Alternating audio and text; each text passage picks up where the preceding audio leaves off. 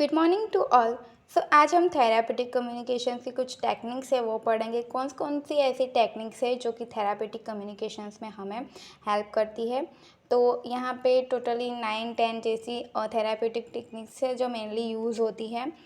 तो first of all है listening. Active listening क्या होती है?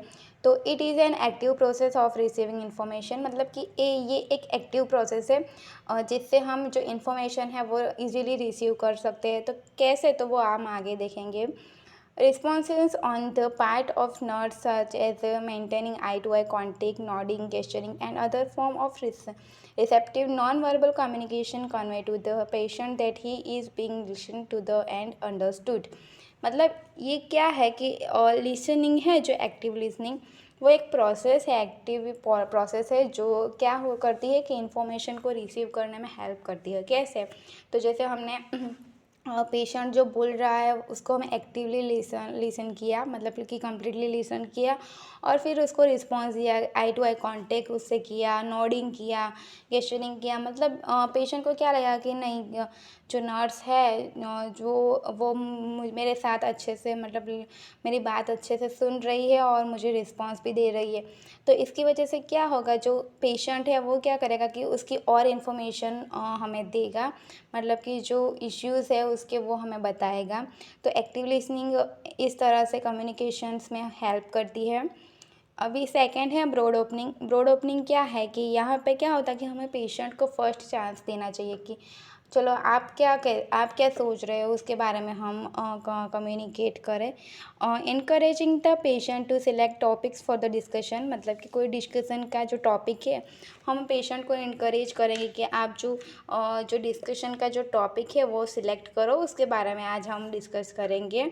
जैसे कि example, what are you thinking about, मतलब कि आप क्या सोच रहे हो, मतलब कि उसके बारे में हम डिस्कस करेंगे। थेरापेटिक वैल्यू क्या है, मतलब कि ये टेक्निक से हमें थेरापेटिक वैल्यू क्या मिलती है, मतलब कि क्या हेल्प होता है। तो indicates acceptance by the nurse and the value of patient initiative, मतलब कि पेशेंट को हम हेल्प कर सकते हैं इनिशिएटिव बनाने के लिए, और जो नर्स है वो ज़्यादा से ज़्यादा इन्फॉर्मेशन पेशेंट के पास से ले सकती है।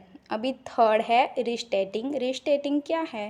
तो repeating the main thought express by the patient, जो पेशेंट एक्सप्रेस करता है उस थॉट को क्या हमने रिपीट करना है।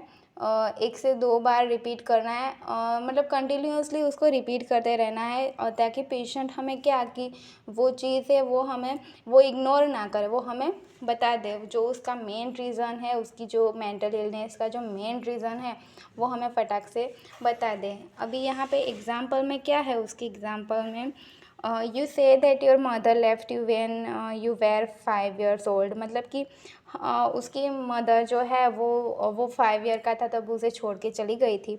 तो हम इस जो ये जो सेंटेंस है वो कंटिन्यूअसली रिपीट करते हैं, तो वो क्या हमें पूरी इन्फॉर्मेशन उसके बारे में दे देता है। अब इसकी थेरापेट्यूटिक वैल्यू क्या है? तो indicates that the nurse is listening and validates, reinforce और calls attention to something important that has been said, मतलब पेशेंट को क्या लगेगा कि जो नर्स है वो मेरी जो इशू है, मेरी जो तकलीफ़ है उसको इम्पोर्टेंट दे रही है, मतलब कि वो सुन रही है मेरी बात, ऐसा उसे लगेगा। और जो भी उसका इश्यूज़ है, मतलब उसका जो बेस है वो हमें बता देता है। तो ये जो रिस्टार्टिंग है, जो वो ये टेक्निक हमें थेरापेटिक कम्युनिकेशन में बहुत ज़्यादा हेल्प कर देती है। 4 क्या है? क्लैरिफिकेशन। क्लैरिफिकेशन क्या है? तो क्लैरिफिकेशन से हमें कहते हैं कि मतलब समझ दे रहा है कि वो क्या क्लैरिफाइड करती, कोई भी मतलब वर्ड है जो पेशेंट को नहीं पता चलता उसको क्लैरिफाई करती है। Attempting to persuade ideas or unclear thoughts of the patient into words to enhance the nurse's understanding, or asking the patient to explain what is he means, मतलब कि यहाँ क्या करती है नर्स, जो पेशेंट को जिस भी आइडिया में या जिस भी वर्ड या थॉट्स में मतलब अनक्लियर हो, वो उसको समझ नहीं पा रहा वो, तो नर्स क्या करती है उसको अच्छे से समझाती है कि ये चीज़ ये बोल रही है और ये चीज़ ये कह रही है, मतलब कि जो वर्ड है उसका उसे पूरी तरह से क्लैरिफिकेशन देती है। For example, I am not sure what you mean, could you tell me about that again. मतलब कि पेशेंट कहता है कि मुझे यहाँ पता नहीं चला कि आप क्या बोल रहे हो, क्या आप मुझे प्लीज़ पहले फिर से ये बताएंगे। मतलब पेशेंट ऐसे रिक्वेस्ट कर रहा है। मतलब इसकी थेरापेटिक वैल्यू क्या है, तो it helps to clarify feelings, ideas and perception of the patient and provides at accelerates correlations between them and the patients actions. मतलब क्या है ये, यहाँ से क्या होगा कि पेशेंट की जो फीलिंग्स है वो कम्प्लीटली क्लैरिफाई होगी, जो आइडियाज़ है वो कम्प्लीटली क्लैरिफाई होगा, और जो पेशेंट है वो हमें मतलब कि और चीज़ें जो उसके साथ हुई है वो बताने लगेगा। अब 5 है रिफ्लेक्शन। मतलब रिफ्लेक्शन क्या है, तो directly back the patients ideas, feelings, questions and contents. मतलब कि डायरेक्टली पेशेंट्स के आइडियाज़ और फीलिंग्स पे मतलब बैक हो जाना है। इसी वजह से जो पेशेंट है उसको लगेगा कि नहीं, मेरी जो बात है वो जो नर्स है वो समझ रही है और उसमें हेल्प भी कर रही है मेरी। तो यहाँ पे क्या है, you are a feeling tense and anxious and it is related to a conversation you had with your husband last night. मतलब कि उसकी कोई ऐसी प्रॉब्लम्स है, मतलब जो फील कर रहा है उस पर हम कंटिन्यूसली उसे हम प्रमोट करते रहते हैं कि ये आपके साथ ये हुआ है तो ये इसकी वजह से है। तो पेशेंट क्या अपनी जो कोई इश्यूज़ है उसको सॉल्व करने में मतलब सक्सेस रहेगा। थेराप्यूटिक वैल्यू क्या है इसकी, तो validates the nurse's understanding of what the patient is saying and signifies empathy, interest and respect for the patient। मतलब कि इससे क्या होगा कि हम पेशेंट को अच्छी तरह से समझ पाएंगे, उसको एम्पैथी दे पाएंगे एंड उसकी जो उसको हम रिस्पेक्ट दे पाएंगे, और पेशेंट को ऐसा लगेगा कि नर्स मुझे मतलब कि अच्छे से समझती है। तो वो क्या करेगा कि अपने बारे में ज़्यादा इन्फॉर्मेशन हमें देगा। ह्यूमर क्या है, तो ह्यूमर वन टाइप ऑफ एक किडिंग है। मतलब कि कम्युनिकेशन मतलब वर्बल कम्युनिकेशन में कभी कभी पेशेंट बोर हो जाता है, मतलब वो थक जाता है, तो हमें कभी कभी बीच में क्या करना पड़ता है कि जस्ट जोक बोलने पड़ते हैं, मतलब जोक करना पड़ता है, फिर कुछ ऐसे एक्सप्रेशन देने पड़ते हैं। मतलब कि पेशेंट को थोड़ी बहुत किडिंग करवानी होती है, तो पेशेंट क्या वो फ्रेश रहे और अपनी जो इन्फॉर्मेशन है, इश्यूज़ की इन्फॉर्मेशन वो ज़्यादा हमें दे सके, वो थक नहीं जाए या वो बोर नहीं हो पाए। थेरापेटिक वैल्यूज़ क्या है इसकी, तो can promote insight by making repressed material conscious, revolving paradoxes, tempering aggression and the reviving new option and is society acceptance for the sublimation. मतलब कि पेशेंट क्या है करे कि वो कॉन्शियस रहे एंड पैराडॉक्सिस और टेम्परिंग अग्रेशन ना हो जाए, उसमें उसके अंदर अग्रेशन ना आ जाए। मतलब कि एक ही बारे में हम बोलते रहे तो वो मतलब अग्रेसिव भी हो सकता है, क्योंकि वो मेंटली रिटायर्ड पर्सन है, मेंटली इल पर्सन है, और वो कॉन्शियस रहे इसके लिए हमें बीच बीच में क्या करना पड़ता है, किडिंग करना पड़ता है, सो वो फ्रेश रहे और अपनी इन्फॉर्मेशन हमें ज़्यादा से ज़्यादा दे सके। अभी नेक्स्ट क्या है, informing. The skill of information is giving. मतलब इन्फॉर्मिंग मतलब क्या कि हम ज़्यादा से ज़्यादा इन्फॉर्मेशन पेशेंट को दे सके और वो अपने बारे में या जो हॉस्पिटलाइजेशन है उसके बारे में ज़्यादा से ज़्यादा वो समझ सके।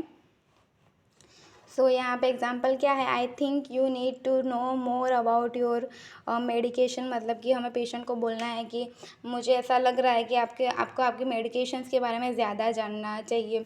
तो पेशेंट क्या एनकरेज होगा, प्रमोट होगा कि अपनी जो डिसीज़ है, मेडिकेशंस जो चल रही है, हॉस्पिटलाइजेशन, ये सब के बारे में ज़्यादा से ज़्यादा वो जाने और समझे। थेरापेटिक वैल्यूज़ क्या है इसकी, तो हेल्पफुल इन हेल्थ टीचिंग और patient education about relevant aspects of patients wellbeing and self care. मतलब इसका जो वैल्यू है वो क्या है कि पेशेंट का जो मतलब कि एजुकेशन लेवल है, मतलब कि नॉलेज है वो थोड़ा बढ़ जाए, रिलेवेंट हो जाए, और जो पेशेंट का वेलबींग और सेल्फ केयर है वो उसमें ज़्यादा प्रमोट हो। नेक्स्ट क्या है, फोकसिंग। क्वेश्चंस और statement that help to patient expand on a topic of important. मतलब कि जो पेशेंट का स्टेटमेंट एंड क्वेश्चंस है उसमें हमें ज़्यादा से ज़्यादा फोकस करना होता है, ताकि वो जो टॉपिक है उसको इम्पोर्टेंस वो दे सके। For example, I think that we should talk more about your relationship with your father. मतलब कि पेशेंट को हमें अच्छे से कम्युनिकेट करना है, उसके साथ अच्छे से रहना है, और जो भी इश्यूज़ है उसके बारे में हमें ज़्यादा से ज़्यादा उससे बात करनी चाहिए। मतलब उसकी जो कंडीशंस है उस पर हमको ज़्यादा फोकस करना चाहिए। अभी इसके थेरापेटिक वैल्यू क्या है, तो allow the patient to discuss central issue and keeps the communication process goal directed. मतलब कि इसका थेरापेटिक वैल्यू क्या है, तो जो सेंट्रल जो इश्यू है, जो उसका मेन जो इश्यू है उस पर क्या करना है, जो पेशेंट है वो ज़्यादा से ज़्यादा फोकस कर सके और हमें बता सके। 9 क्या है, तो शेयरिंग परसेप्शन, मतलब कि पेशेंट को हमें बोलना है कि उसके जो भी परसेप्शन है वो हमारे साथ वो शेयर करे, उसकी जो फीलिंग्स है वो हमारे साथ शेयर करे। अगर वो हमसे नाराज़ है तो भी वो हमें शेयर करे, या उसकी कोई भी फीलिंग्स, कोई भी चीज़ या ऑब्जेक्ट्स के अकॉर्डिंग जो फीलिंग्स है उसकी वो हमारे साथ शेयर करे, ताकि हम उसको ज़्यादा से ज़्यादा समझ सकें और उसके साथ कम्युनिकेशन अच्छे से कर सकें। तो यहाँ पे हमारी जो मेनली जो टेक्निक्स है थेरापेटिक कम्युनिकेशंस की वो ख़त्म होती है।